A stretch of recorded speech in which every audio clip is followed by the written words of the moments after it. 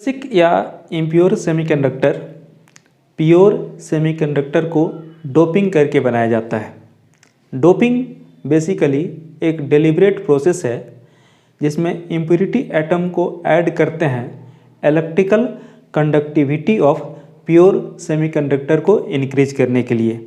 यानी जब भी आप डोपिंग करेंगे तो उसके वजह से इलेक्ट्रिकल कंडक्टिविटी सेमीकंडक्टर का बढ़ जाएगा। रही बात जिस एटम से या इम्प्योरिटी एटम से डोपिंग करते हैं उस एटम को डोपेंट कहते हैं।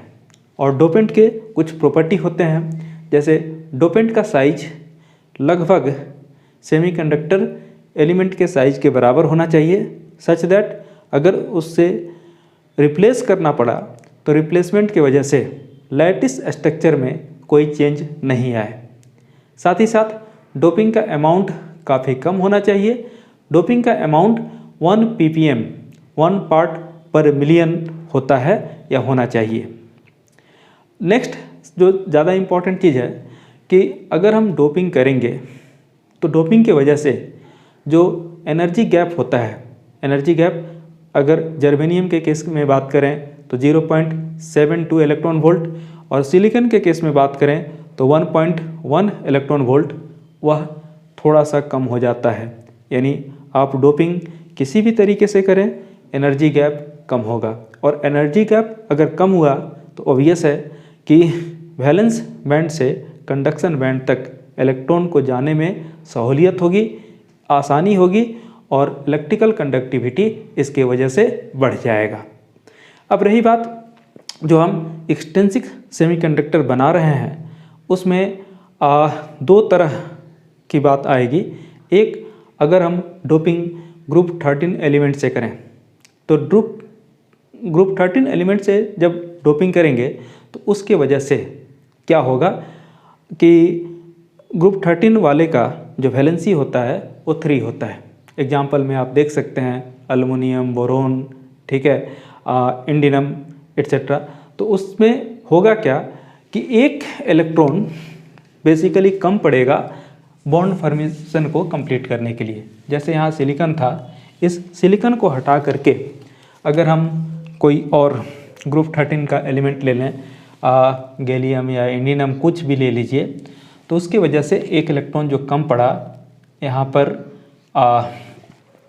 वैकेंसी क्रिएट हो जाएगी, और इलेक्ट्रॉन की वैकेंसी को हम लोग होल्स बोलते हैं। बिकॉज ये जो सेंट्रल एटम है हमेशा इस स्थिति में रहेगा कि वो एक इलेक्ट्रॉन को एक्सेप्ट कर पाए, इसलिए इस एटम को एक्सेप्टर एटम बोलेंगे। और इस वजह से इस सेमीकंडक्टर का नाम एक्सेप्टर टाइप सेमीकंडक्टर भी होता है। तो यहाँ पर एक्सेप्टर टाइप सेमीकंडक्टर नाम है, और इस वजह से देखिए क्या होगा कि अगर हम 1 पार्ट पर मिलियन भी करें तो ये जो वैकेंसी ऑफ इलेक्ट्रॉन होल्स है उसका नंबर उतना से इंक्रीज हो जाएगा। पहले इंट्रिंसिक वाले केस में आप देख रहे थे कि नंबर ऑफ इलेक्ट्रॉन और number of holes basically equal थे। नंबर ऑफ होल्स और नंबर ऑफ इलेक्ट्रॉन्स इंट्रिंसिक में इक्वल थे, लेकिन जब ये केस देखेंगे तो इस केस में क्या होगा, होल्स का number in comparison two electron काफ़ी बढ़ जाएगा। यानी इस केस में होल्स जो है वो आपको मेजॉरिटी कैरियर बन जाएगा।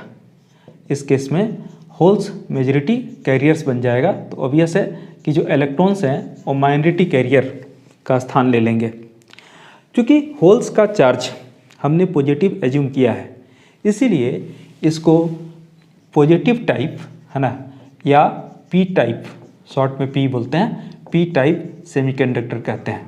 तो बेसिकली एक बार और फिर से, अगर ग्रुप 13 के एलिमेंट्स एग्जांपल्स आप देख रहे हैं को इंट्रिंसिक सेमीकंडक्टर में डोप कर दिया जाए तो डोपिंग की वजह से एक्स्ट्रा होल्स जो पॉजिटिवली चार्ज होता है मिल जाएंगे। यहाँ होल्स मेजॉरिटी कैरियर्स में बदल जाएगा, और वैसे केस में ये जो सेमीकंडक्टर बनेगा इस सेमीकंडक्टर का नाम आप पी टाइप सेमीकंडक्टर देंगे।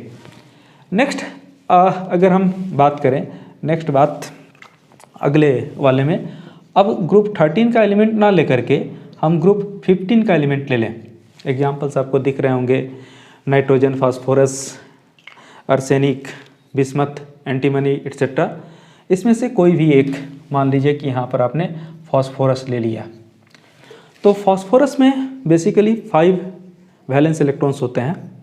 4 तो शेयरिंग कर लेंगे, ऑक्टेट पूरा कर लेंगे, लेकिन एक इलेक्ट्रॉन यहाँ पर बच जाएगा एडिशनल। ये एडिशनल इलेक्ट्रॉन जो बचा उसको फास्फोरस ने लैटिस को डोनेट किया है, लैटिस को डोनेट किया है।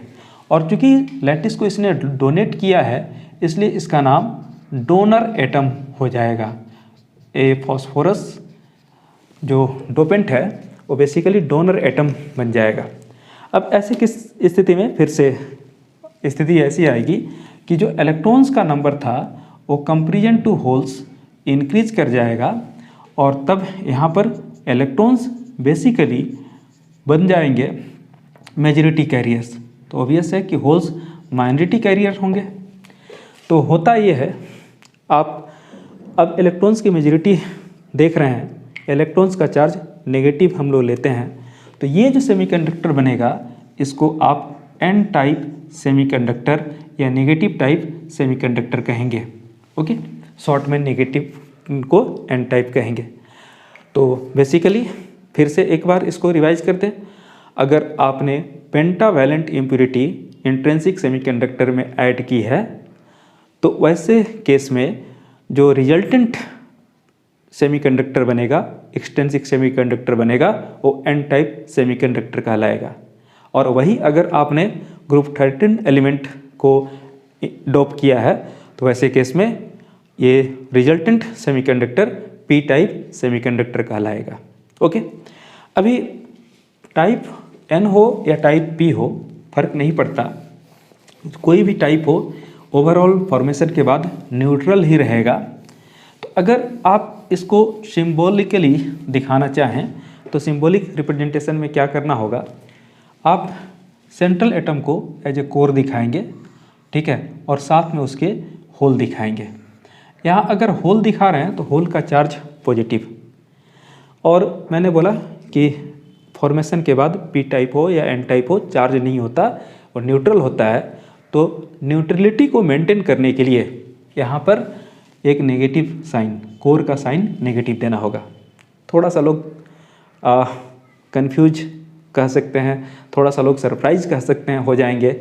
पी टाइप दिखा रहे हैं, पी टाइप लिख रहे हैं और दिखा रहे हैं कोर को नेगेटिव, क्योंकि होल कैसा है, पॉजिटिव है, मेजॉरिटी कैरियर पॉजिटिव है, वो डोमिनेट कर रहा है। अगर यहाँ पर हम इसके सिंबल की बात करें तो यहाँ पर एन टाइप वाले केस में फिर से उसी तरह रिप्रेजेंटेशन की बात आएगी। आप एक कोर ले लेंगे और साथ में इलेक्ट्रॉन को दिखाएंगे, एडिशनल जो एक्स्ट्रा इलेक्ट्रॉन था, और फिर से न्यूट्रल दिखाना है तो कोर को आपको क्या दिखाना होगा, पॉजिटिव। यानी देखिए सिंबल में थोड़ा सा ध्यान देने वाली बात है कि पी टाइप का कोर नेगेटिव, एन टाइप का कोर पॉजिटिव, ध्यान दीजिएगा। उसके साथ इलेक्ट्रॉन है ना, इलेक्ट्रॉन सीधे डॉट से दिखा देना है और होल एक सर्कल छोटा दिखाना है। होल दिखाने का मतलब ये है कि वहाँ पर एक वैकेंसी है। किसके लिए वैकेंसी है, इलेक्ट्रॉन के लिए। अब बात आती है हम लोग बैंड थ्योरी जहाँ तक, तो कभी कभी क्वेश्चन ये भी पूछता है on the basis of band theory distinguish, है ना, क्या चीज़, पी टाइप और एन टाइप। तो अब अगर हम बात करें बैंड थ्योरी में तो हमारे पास तो 2 बैंड थे। एक बैंड आपका वैलेंस बैंड जो लोअर बैंड था, और एक कंडक्शन बैंड जो अपर बैंड था। यहाँ पर आप EC उसका एनर्जी लिखते थे, यहाँ पर E भी लिखते थे। अब यहाँ पर बहुत सारे इलेक्ट्रॉन्स, ठीक है, हैं। डोपिंग किया है तो कुछ होल्स भी होंगे, होल्स यहाँ ज़्यादा होंगे क्योंकि आप पी टाइप सेमीकंडक्टर की बात कर रहे हैं। अब ऐसा है कि जो डोपिंग किया उस एटम का भी एक एनर्जी लेवल होगा, ठीक है, जिसको हम लोग इस केस में एक्सेप्टर लेवल बोलेंगे। तो उसका एक एनर्जी लेवल यहाँ पर आपको दिखेगा और वो क्लोज टू वैलेंस बैंड होगा, इसको ED बोलेंगे। और लेवल की बात करें तो इसको डोनर लेवल बोलेंगे।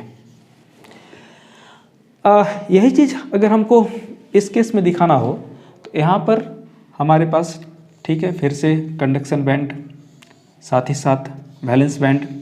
क्वेश्चन कभी कभी 2 नंबर का पूछता है, on the basis of band theory distinguish, है ना, किसको, एन टाइप और पी टाइप को। अगर ऐसा क्वेश्चन पूछा तो आपको करना क्या है, बस डायग्राम ड्रॉ कर देना है।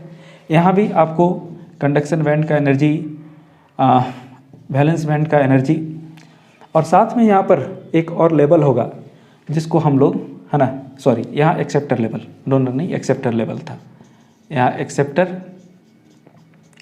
और यहाँ पर होगा क्या, डोनर लेवल, यहाँ पर होगा डोनर लेवल। इसको ड्रॉ करने में लोग थोड़े से गलती कभी कभी कर देते हैं कि कौन लेवल कहाँ।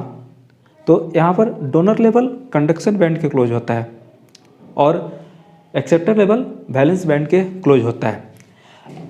इसको याद रखने का तरीका है, आप जब भी किसी को कोई चीज़ दे रहे हैं, ठीक है, तो देने के समय आपका हाथ का पोजीशन ऊपर होता है और लेने के समय हाथ का पोजीशन नीचे होता है।